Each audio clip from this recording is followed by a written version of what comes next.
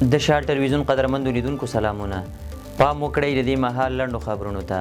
د قطر بهرنیو چارو وزارت مرستیاله د 4 الوتکو بشري مرستو سره یو ځای افغانستان ته راورسېده.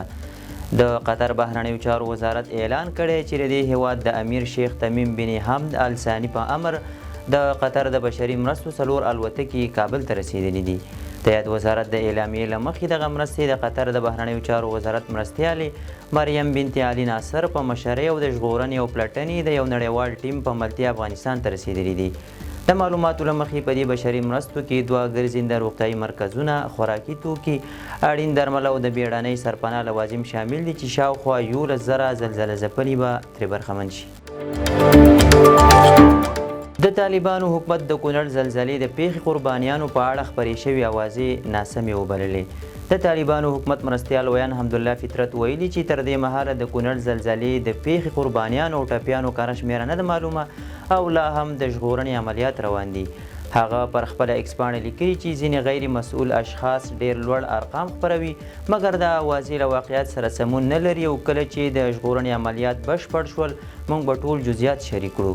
د نوموړي په وینا چې کونړ کې د زلزلې له امله د شهیدانو شمیر 2215 او د ټپیانو شمیر هم 3000 او 640 تنو ته لوړ شوی دی. د فطرت په خبره دغه شمیرې د کونړ د نورګل څوکۍ چپې درې او ماړوګي ولسوالیو دي او د ژغورنې عملیات لا هم دوام لري. د رویټرز خبري اژانس د معلوماتو له مخې په تیرو 3 لسیزو کې په افغانستان کې لږ تر لږه 355 زلزلې شوي او په نړۍ کې د هغه هیواد په توګه پیژندل کیږي چې ډېرې زلزلې پکې پیښیږي. د کونړ زلزله ځپلو د استوګنې لپاره د خیمو درولو بهیر دوام لري.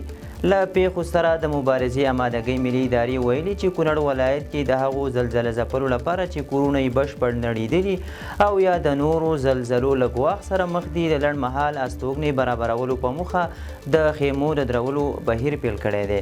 د یادې ادارې په اعلامیه کې راغلي چې د دوی کارکوونکي نه یوازې د لټون او ژغورنې د عملیاتو، د ټپیانو لیږد، د روغتیایي خدمتونو، د ګرمو خوړو د ویش او په نورو چارو کې فعاله ونډه لري بلکې د نورګل څوکۍ او خاص کونړ ولسوالیو په بېلابېلو کلو کې د زلزله ځپلو لپاره د لنډمهاله استوګنې برابرولو هڅه هم کوي. یادې ادارې زلزله ځپلو ته پر وخت د خدمتونو رسولو ډاډ ورکړی دی. د کډوالو د ستونزو د حل په موخه یو پلاوي ایران ته سفر کړی دی. ایران کې د افغان کډوالو د هویت د تثبیت اړوندو ستونزو د حل په موخه د احصایې او معلوماتو ادارې د نفوسو د احوال ثبت مرستیال مولوي محمد نبی نصرت په مشرۍ یو پلاوي یاد هیواد ته سفر کړی دی. د احصایې او معلوماتو ادارې ویان محمد الحلیم رافي ویلي دغه پلاوی به ایران کې د افغان کډوالو د هویت د تثبیت د چارو د ښه تنظیم لارې چارې وارزوي او د کاري ټیمونو اړتیاوې به بشپړې کړي تر څو ژر تر ژره د افغان کډوالو هویتي ستونزې حل شي. یاد پلاوي ډاډ ورکړی چې د افغان کډوالو د هویتي ستونزو د حل په موخه به هر اړخیزې هڅې وکړي. خوست کې د خیراتي ډوډۍ له امله 130 تنه مسموم شوي دي. د خوست د ځاځي میدان ولسوالي شمسي سیمه کې د خیرات ډوډۍ مراسمو پر مهال 130 کسان مسموم شوي دي.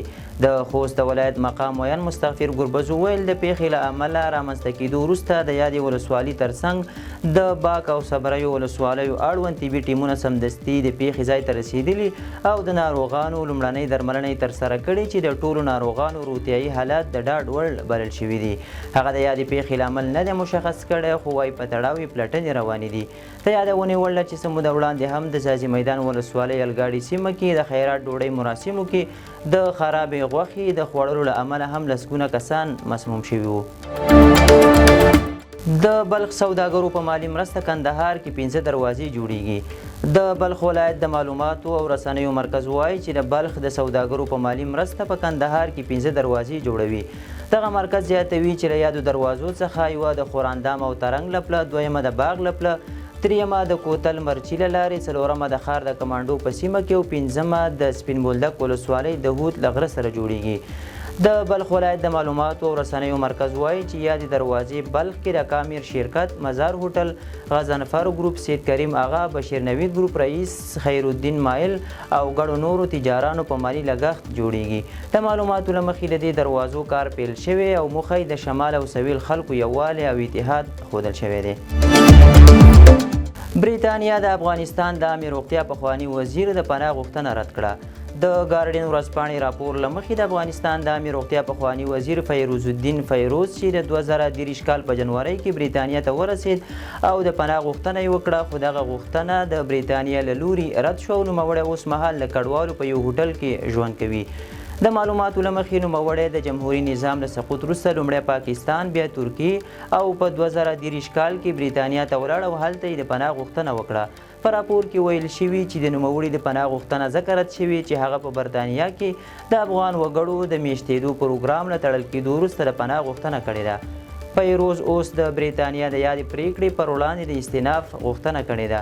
هغه وایي د طالبانو له واکمنېدو وروسته یې کور او بانکي حسابونه ضبط شول او دی د هغوی د ځورونو له ویرې اړ شو چې افغانستان پرېږدي، خو د طالبانو حکومت بار بار ویلي چې عمومي بخښنه یې کړې او هیڅوک په تیرو کړنو نه رانیول کېږي. بریتانیا د خپلو 1000 افغان همکارانو د منلو پریکړه کړې ده. د بریتانیا حکومت پریکړه کړې هغه 1000 افغان کډوال مني چې پخوا یې په افغانستان کې د دې هېواد له ځواکونو سره د سیمه ییزو همکارانو په توګه کار کړی دی. د راپورونو له مخې دا پریکړه د تیر کال په پیل کې له خلکو پټه شوې وه، خو موضوع هغه مهال افشا شوه چې د بریتانیا د دفاع وزارت یوه کارکوونکي د 19,000 افغانانو شخصي معلومات نشر کړل.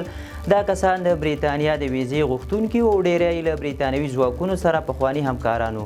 په هغه وخت کې د بریتانیا حکومت پلان درلوده چې 14,000 افغانان او د هغوی کورنۍ انتقال کړي، خو د معلوماتو له افشا کېدو وروسته یو بل محرم پروګرام هم جوړ شو چې له مخې 1000 کسانو ته د قبلېدو ویزې ورکړل شوې. اوس د بریتانیا دفاع وزارت د پخوانیو سیمه ییزو همکارانو د انتقال په هڅو بوخت دی چې ډیری دا کسان دا مهال په پاکستان کې د وروستۍ پریکړې په تمه دي. پاکستان او چین د سیپیک پروژې پر دویم پړاو هوکړه وکړه.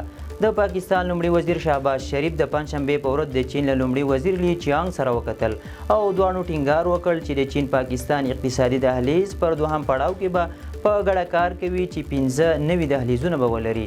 پاکستان او چین له اوږدې مودې راهیسې ستراتیژیک شراکت لري چې اړیکې د سوداګرۍ، انرژۍ، دفاع او بنسټیزو پروژو په ګډون بېلابېلو برخو ته غځېدلي دي.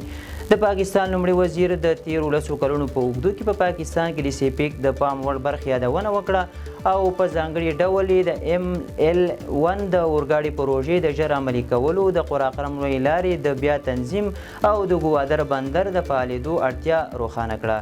د چین پاکستان اقتصادي دهلیز پروژه د پاکستان له خیبر پختونخوا، ګلګت، پنجاب، بلوچستان، سند، آزاد کشمیر او د چین له ژینجیانګ ایالتونو څخه تیریږي، خو دواړه هیوادونه غواړي چې افغانستان هم پکې راګډ کړي. پوتین ویلي که پر ازا نه وي د اوکراین جګړه به د زور له لارې ختمه کړي. د روسیې ولسمشر ولادیمیر پوتین ویلي که اوکراین په خبرو سره جګړه نه ختموي، مسکو به یې په زور او جګړه ختمه کړي.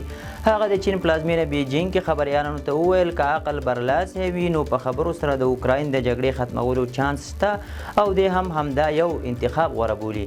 نوموړي زیاته کړه که داسې ونه شو نو تیار دی چې په زور سره دا جګړه ختمه کړي. ولادیمیر پوتین د اوکراین جګړې په ختمولو کې د امریکا د ولسمشر ټرمپ هڅې هم ستایلي او ویلي دي چې له دویمې نړیوالې جګړې وروسته اروپا کې د تر ټولو لوی ځمکنۍ جګړې د ختمولو لپاره امریکا ریښتونې هڅه کوي او دی هم د تونل پای کې د رڼا څرک ویني. د شال ټلویزیون قدرمنو لیدونکو دا او د دې مهال لنډ او مهم خبرونه تر بیا ښه وخت.